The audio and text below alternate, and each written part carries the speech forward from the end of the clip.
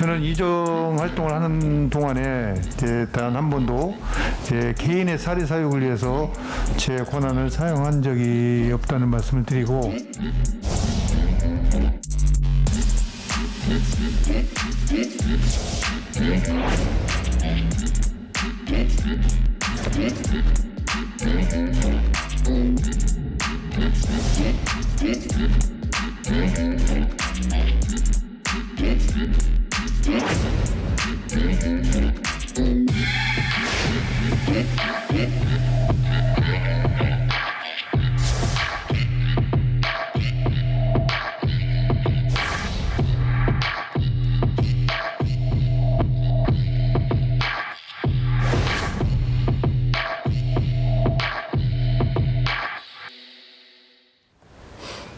네, 오늘의 킹덤 주제는 금배지의 특권, 이해충돌은 막으려면입니다. 자, 이해충돌은 막는다. 자, 지난번 추석 연휴 때요. 추석 민심 도마 위에 올랐던 대부분의 의원들이 바로 이해충돌 문제 때문이었을 겁니다. 이게 중요한 이슈이기도 하고 그래서 우리 킹덤에서도 이 이슈를 바로 다루게 된 걸 텐데요. 이해충돌 막으려면 어떻게 해야 됩니까? 네, 일단은 현재 상황 먼저 살펴볼 필요가 있을 것 같은데요. 피감기관으로부터 한 1,000억 원대의 수주를 받았었던 박덕흠 의원의 사례가 있고요. 본인은 스스로가 이제 결백을 주장을 하고 있지만 시민단체에서 2차 고발을 한 상태입니다. 김홍걸 의원도 있습니다. 남북 경협 테마주에 약 1억 7천만 원치의 주식을 보유하고 있었습니다. 이 논란이 되자 해당 주식은 매각을 했는데요. 공교롭게도 두 의원 모두 해당 정당에서 빠지고 이제 무소속으로 바뀌었고요. 한 분이 더 계십니다. 국민의힘 윤창현 의원인데요. 삼성물산과 제일모직 합병 당시에 삼성물산 사회이사를 역임을 했습니다. 근데 현재 국회 정무위원회로 활동을 하고 있는데 이 정무위원회 자체가 총리실 산하 직속 기관이고요. 그리고 경제검찰이라고 볼 수 있는 공정거래위원회도 담당을 하고 있습니다. 그렇기 때문에 이 문제 논란의 소지가 있는 사람이 과연 이 정무위원회에 들어가는 것이 맞는 것인가? 라는 이야기가 지금까지도 흘러나오고 있습니다. 네, 특히 윤창현 의원의 경우에는 킹시맨에 처음 등장했는데요. 일단 국민연구위원장 출신이고요. 또 하나 중요한 것은 과거 문제만이 아니고 앞으로 정부에서 앞으로 다룰 이슈. 예를 들면 삼성생명이 갖고 있는 삼성전자의 지분, 이것의 평가액을 어떻게 할 것이냐, 이걸 시세로 할 것이냐, 아니면 매입 초과로 할 것이냐, 이제 현재 시가냐, 아니면 원가냐, 이 문제 때문에 아주 예민하거든요. 그러니까 앞으로 나올 이해충돌 문제가 더 예민하기 때문에 앞으로 우리도 많이 다루게 될 것 같고요. 윤창현 의원의 입장도 궁금한 부분이기도 합니다. 자, 어쨌든 이해충돌 방지 조항 이미 있는 걸로 알고 있는데 적용이 제대로 되고 있긴 합니까? 네, 지금 이해충돌 방지 조항 같은 경우에는 공직자윤리법을 통해서 이제 적용이 돼 있는데요. 이제 의무만 있지만 사실 실질적인 처벌 규정이 있는 건 좀 다른 궤로 좀 되어 있습니다. 구체적으로 말씀드리면 공직자윤리법 같은 경우에는 뭐 퇴직 공무원 같은 경우에 취업 제한, 그다음 고위공직자의 재산 공개, 그리고 주식 같은 경우에 백지 신탁 이런 세 축으로 이루어져 있는 게 이제 공직자윤리법의 내용이라고 할 수 있고요. 명시적으로 이해충돌을 방지하기 위한 좀 더 구체적인 규정은 현재 입법 불비 상태라고 할 수 있습니다. 입법 불비 상태다. 알겠습니다. 네. 자, 이 금배지의 특권에 제동을 걸어야 된다고 생각이 듭니다. 여기서 킹덤 퀴즈 나갑니다.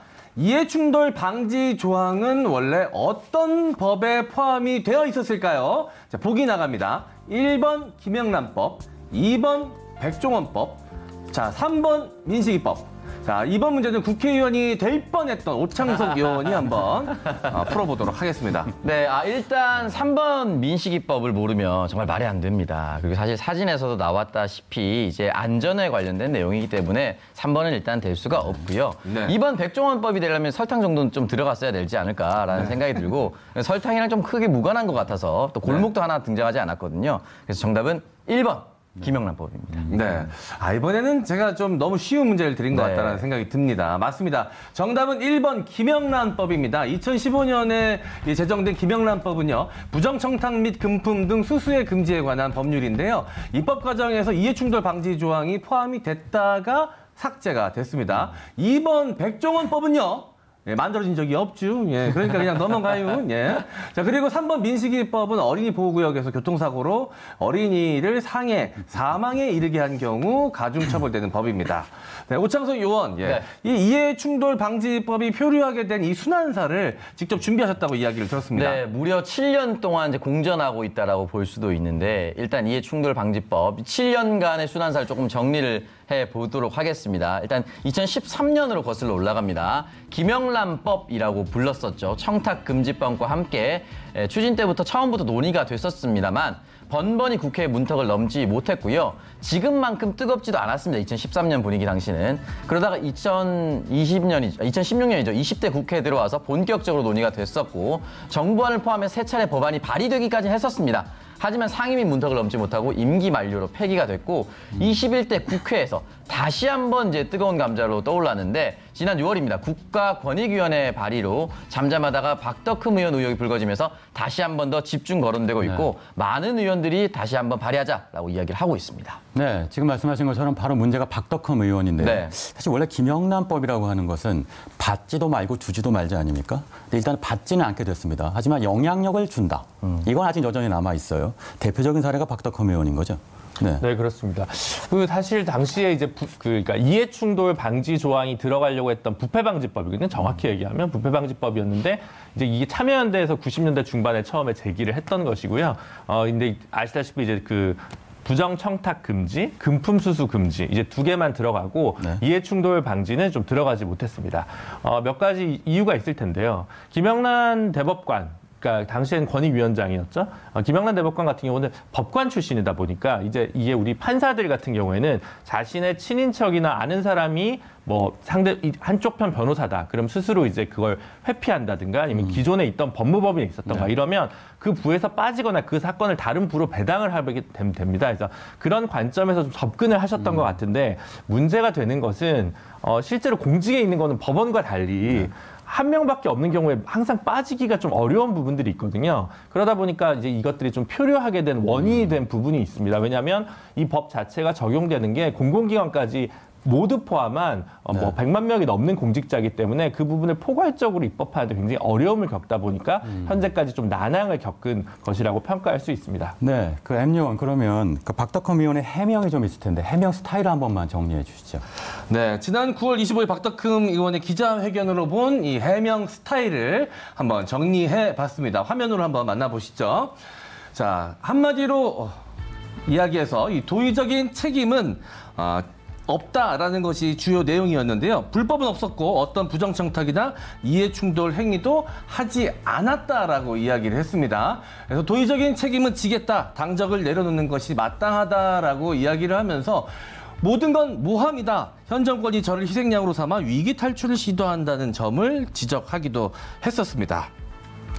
네, 추석 때 이 이슈 갖고 얘기가 많았을 텐데 일단 수사 상황을 좀 짚어주세요. 어떻습니까? 네, 여러 가지 혐의가 있고 각종 시민단체에서 지금 고소고발이 연이어지고 있는데요. 어떤 것은 검찰에 고발하고 어떤 거는 경찰에다가 고발을 해서 좀 나뉘어져 있는 것 같습니다.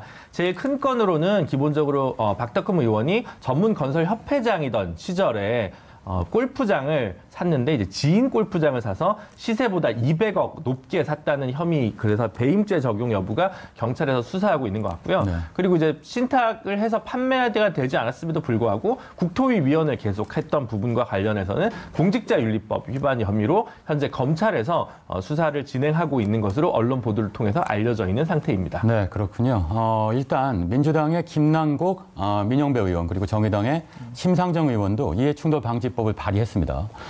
국민권익위도 관련 법안을 냈고요. 일단 내용을 한번 짚어주시죠. 네, 일단 가장 중요한 건 국민권익위에서 낸 정부 제정 법안이 이제 원안이라고 할 수 있을 텐데요. 사적인 이익과 관련돼 있으면 이제 사전에 신고하는 네. 이제 이 조항이 사실은 가장 중요한 조항이라고 할 수 있습니다. 그리고 고위공직자가 민간 부분의 업무와 관련된 활동을 했을 경우 그 내역을 공개하는 것, 그리고 직무 관련 외부 활동을 좀 제한하는 규정. 가족은 공공기관이나 공직자에서 시험을 통해서 합격한 경우가 아니라면 채용을 제한하는 방향, 그리고 이제 수의계약 역시 이제 친인척과 관련된 부분은 체결할 수 없도록 하는 방향 등이 이제 네. 주요하게 공직자 이해충돌 방지 법안에 현재 2020년 6월에 국민권익위에서 제출한 상황입니다. 김남국 의원이나 민영배 의원 그리고 심상정 의원도 유사한 이야기들을 좀 하고 있는데요. 심상정 의원은 조금 더 포괄적으로 국민권익위 안과 좀 유사한 안이고요. 다른 분들 안 같은 경우 좀 원포인트 안들이어서 이것보다는 좀 커버 범위가 좀 좁은 법안이라서 국민권익위 법안을 중심으로 국민 여러분께서 좀 관심 있게 지켜보시면 좋을 것 같습니다. 일단 법안은 준비되어 있고 통과가 문제군요. 네. 네. 저는 이 외국의 경우도 굉장히 중요하다라는 생각이 듭니다. 저희가 참고할 만한 이야기가 있으면 좋을 것 같은데요. 외국에서는 어떻게 또 이 관리를 하고 있습니까?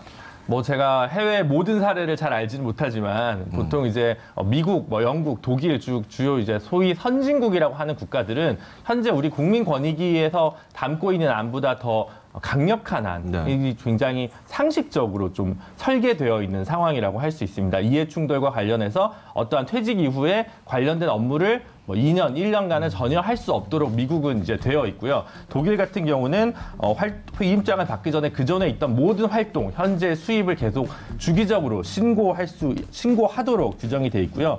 영국 같은 경우도 역시 의회 윤리 규범을 통해서 매달 당선된 이후에 1개월 안에 자신이 가진 모든 재정 이해관계를 등록해야 되고 1년 이내로 모든 소득을 등록하도록 되어 있습니다. 그리고 이제 좀 재미있는 사례들이 예전에 또 유럽의 몇몇 국가들에서 있었는데 예를 들면 스웨덴에서는 95년에 부총리직에 있던 젊은 정치인이 판공비 카드로 초콜릿 몇 개를 샀다가 부총리직을 내려놓는 일이 있었고요. 그리고 이제 독일 같은 경우는 대통령, 물론 독일은 총리가 핵심적인 국가입니다만 독일 대통령 같은 경우에 그 불프 대통령이라고 해서 약간 시세보다 낮은 저리로 대출을 받고 호텔을 지인으로부터 업그레이드 받았다는 이유로 대통령직에서 물러난 일이 있었거든요. 경제적 가액으로 치면 사실은 1억 이상도 되지 않는 정도의 수준으로 알려져 있는데 워낙 청렴도에 대한 국민적 기대가 높고 바로 그런 국가들이야말로 투명성이 높은 사회가 우리가 좀 더 한 걸음 더 나아갈 수 있는 사회라는 걸 잘 보여주는 사례들이 아니었나 싶습니다. 네, 말씀하신 것처럼 매우 엄격한데 그만큼 국민의 잣대가 엄격해지면 그러면 세상이 바뀌고 정치가 바뀌게 되는 게 아닌가 싶기도 합니다. 그런데 궁금한 거 있습니다. 이해충돌 방지법, 이름 그대로 이해충돌 없이 법에서 통과되려면 어떻게 해야 됩니까? 현재로서는 사실 아까 말씀드린 난관이 분명히 있습니다. 180만 넘는 뭐 공무원들이나 공공기관 종사자들 그리고 친인척들까지 다 이것이 적용이 되는 부분이기 때문에 굉장히 실생활에서 굉장히 어려운 문제, 실제로 법의 규범력이 작동하기 어려운 문제가 있는 것은 사실입니다. 그래서 예를 들어 19대 때 국회의원이었던 민주당 김기식 전 의원 같은 경우는 좀 원포인트로 하자. 네. 국회부터 먼저 적용을 하자. 국회법부터 개정해서 국회의원들 같은 경우 상임위만 교체를 하면 되기 때문에 사실 그렇게 어려운 문제가 아닙니다. 근데 이제 하위직 공무원이든 아니면 일부 고위공직자든 대체 불가능한 업무를 하는 경우에 예를 들어 뭐 동생이 뭐 금융권에 있는데 본인이 금감위에서 고위직에 있다. 그럼 둘 중에 한 명이 사표를 낼 수도 없는 노릇이기 때문에 그런 경우에는 좀 사실 업무상 어려움이 있기 때문에 그런 경우는 사전 신고를 중심으로 좀 법을 마련하고 이해충돌 자체에서 재척, 기피, 회피 이런 부분들에서 좀 한계가 있으니까 이것들이 충돌 상황이 내재되어 있는 가능성이 있다는 걸 투명하게 세상에 알리는 방식으로 입법을 하면 돌파를 할 수 있지 않을까 이렇게 투트랙으로 좀 생각해 볼 수 있을 것 같습니다. 네, 중요한 건 더 이상 미룰 수 없다는 겁니다. 국민들이 지금 더 높은 도덕성을 요구하고 있다는 것이겠고요. 자, 오늘 금배지의 특권, 이해충돌을 막으려면 이라는 주제로 얘기 나눠봤습니다. 자, 오늘의 킹덤 어록 이렇게 제시해 봅니다. 금배지의 특권, 이제는 내려놓는 것부터 시작하라. 자, 여러분도 한 번쯤 생각해보는 시간을 가졌으면 합니다. 자, 김준호, 오창석 요원은 여기서 인사드리겠습니다. 두 분 수고하셨습니다.